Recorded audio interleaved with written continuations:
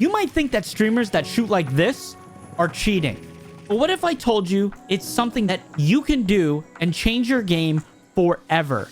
Miss less shots, get more kills, and achieve more wins. Today, I'm going to be sharing with you the elite secrets that streamers don't want you to know. Because once this genie's out the bottle, there's no putting them back in. Most players make the huge mistake of standing still and using their right stick while shooting because they're trying to track more accurately, when in reality, you should be trying to use both sticks. Let me break it down. Rotational aim assist is when you're moving your left stick and not touching your right stick. You're actually able to grab onto the player for a short amount of time where it'll actually track for itself, making the whole process of tracking someone a lot easier. Normal aim assist is when you're using your right stick and you're able to track someone a little easier just with a slight input that is being detected in the game. Your aim will sway with the player even if you're doing a minimal input in the opposite direction. Now that we understand the two different versions of aim assist, let's put them both in practice. By using the left stick at all times and using your right stick to try to track the player, you'll be able to perfectly track left to right, up and down just by using both inputs at the same time. But just understanding this isn't enough. We also need to understand the settings of your controller. Editor Rara here. Just want to remind you guys to hit that subscribe button because we're getting close to 40,000 subscribers and every sub helps. Plus, it's free. What are you doing? Like videos like this? Hit that subscribe button. As a controller player, there's some very simple settings that you should have already turned on, which if you don't, change these right now on screen. There's something even more valuable that a lot of players don't talk about, and that's dead zones. The dead zone on your controller is essentially just a value that is communicated to the game that says, okay, he's touching his controller. Now we're going to start inputting that input. However, a lot of players don't ever change this setting, so they have a lot of wasted space on their controller's joystick that doesn't register the input at all. We're going to want to lower this as low as possible, and I always suggest a 0-0 or a 0-1, even if you have a little bit of stick drift. Now, I personally don't have any stick drift, and that's because I use TMR joysticks. TMR is like Hall effect, except they're way more precise. If you don't know the difference between the three different types of joysticks, you have potentiometer, you have Hall effect, and then you have the final one, which I use, TMR. Potentiometer is the old school version that we've been using for decades now that uses different pieces of plastic and slowly calculate your input based on it. It's an analog input. The problem with this input is that it slowly decays over time and can create stick drift the longer you use it. Hall effects have less of that problem. However, they're not as precise and will usually have a false dead zone because the dead zone that is in the controller is calculated during production. And the final version, which is a little more expensive, but my favorite, is the TMR. To me, this is the best of both worlds. It has a very similar feeling to an analog input, but is way more precise and never gets stick drift. It's also just more accurate overall when comparing all three. You can see that there is a margin of error in every single joystick, and you'll never get a joystick that doesn't have a margin of error. But this is the lowest one, where your inputs are almost down to a 2% margin of error. That is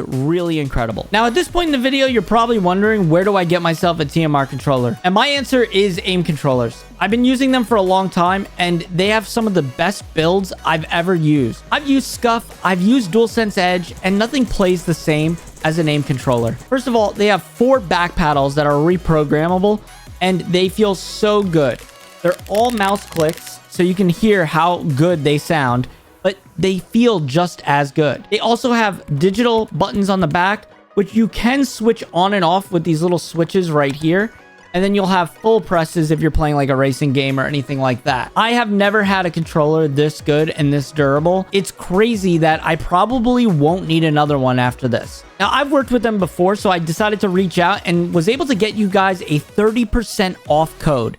So if you guys go and build yourself a controller with these specs on screen, these are the ones that I use, but you can tweak it obviously as you want. You can get yourself 30% off any controller build. Now, I want to talk about the back paddles a little bit. Yes, you can totally play claw, but I really don't suggest it because it's going to hurt your fingers over the long run. I don't want to have carpal tunnel. I already have enough hand pain to the point where I got myself a hand massager. It's just not worth it. So I programmed my controller to have back paddles that will let me never have to take my thumbs off of the joystick. I have slide, jump, swap weapons, and I have equip. That way, anytime I do anything in game, I don't have to take my thumbs off the joystick. And sure, there's times where monkey brain jumps in and just pushes myself to take my thumb off the joystick. But for the most part, I don't do it at all. And that's something that you really want to master, because the more you're touching your joysticks, the more likely you are to stay on target. Now we're going to put everything into practice, but in order to do so, I need to ask a favor. You guys like and subscribe to the video because it means a ton, and we're making our way to 40,000 subscribers, and I can't do videos like this without you. For the final section here, we need to make sure that your aim is on par, and changing all these settings is definitely going to throw you off a little bit. So we're going to jump into a private match, and I'm going to show you guys the exact settings you want to use, so that way you can warm up before you get into an actual game. So you're going to click on game setup. We're going to set this limit all the way to 45 minutes. Set the score all the way up to 1,000 points. And then you want to go to player. When you're under player, you can change the health. We're going to put this health all the way up to 250. And you could even push it to 300, but I almost think it's not worth it. We're going to put it back up to fast for the health regen. For radar always on, we're going to put it on the fast sweep, because I've noticed constant has a little bit of a delay. So just keep it on fast sweep. It works fine. And then you're going to want to pick a map that is very familiar, because the whole idea is that you are practicing your aim. So you don't want a huge map where you're going to have to be searching for people. You're going to want to pick one that is fairly small, that you can get around and kind of get your practice shots in. So obviously, I'm going to go with Nuketown, but it's preference, whatever you prefer. You're going to add all your bots, and this is really simple. Just put them all to recruit. You don't need to put them on anything crazy, but depending on your map size, you're going to want to find the sweet spot. I like 10 bots on the TDM because none of them will shoot at each other, and I can shoot at all of them. But just for this example, for the warm-up, we're going to put it on 6 because I want to show you guys without a lot of hecticness. And don't forget, before you start, to put your loadout on your private match class, because you will not have the multiplayer or the Warzone classes you normally had, and you'll have to remake those classes and back out, and just do it before you start the match. Now we're in, and they all spawn on the other side, so I get to get my warm-up shots in. Now, I haven't even shot today, so you can see I am shooting pretty decent for just getting on.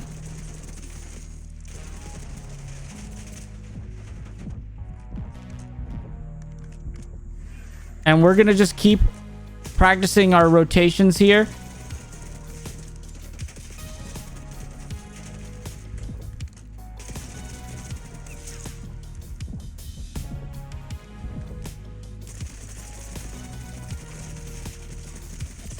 And there we go.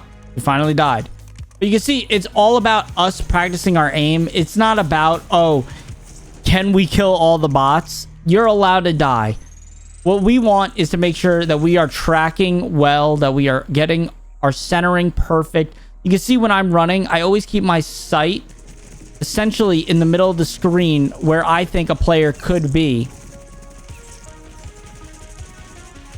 I don't want to look down because I see a lot of you guys running around looking down like this. You want to look in the middle of your screen at all times.